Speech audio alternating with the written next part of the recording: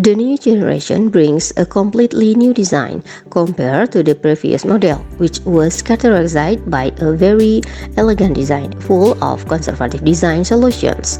The new model seems to be more futuristic. It brings a completely new face, characterized by massive use of LED lighting groups.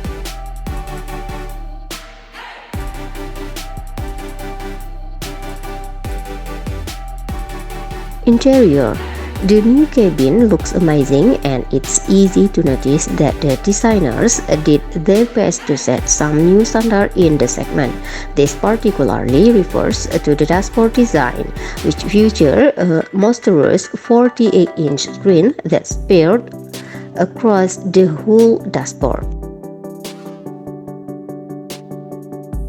Engines. Big changes are coming under the hood as well, as the old V6 is getting replaced with a hybrid powertrain. However, base models will feature a gas-only setup with a familiar 2.0-liter turbo 4 with around 250 horsepower.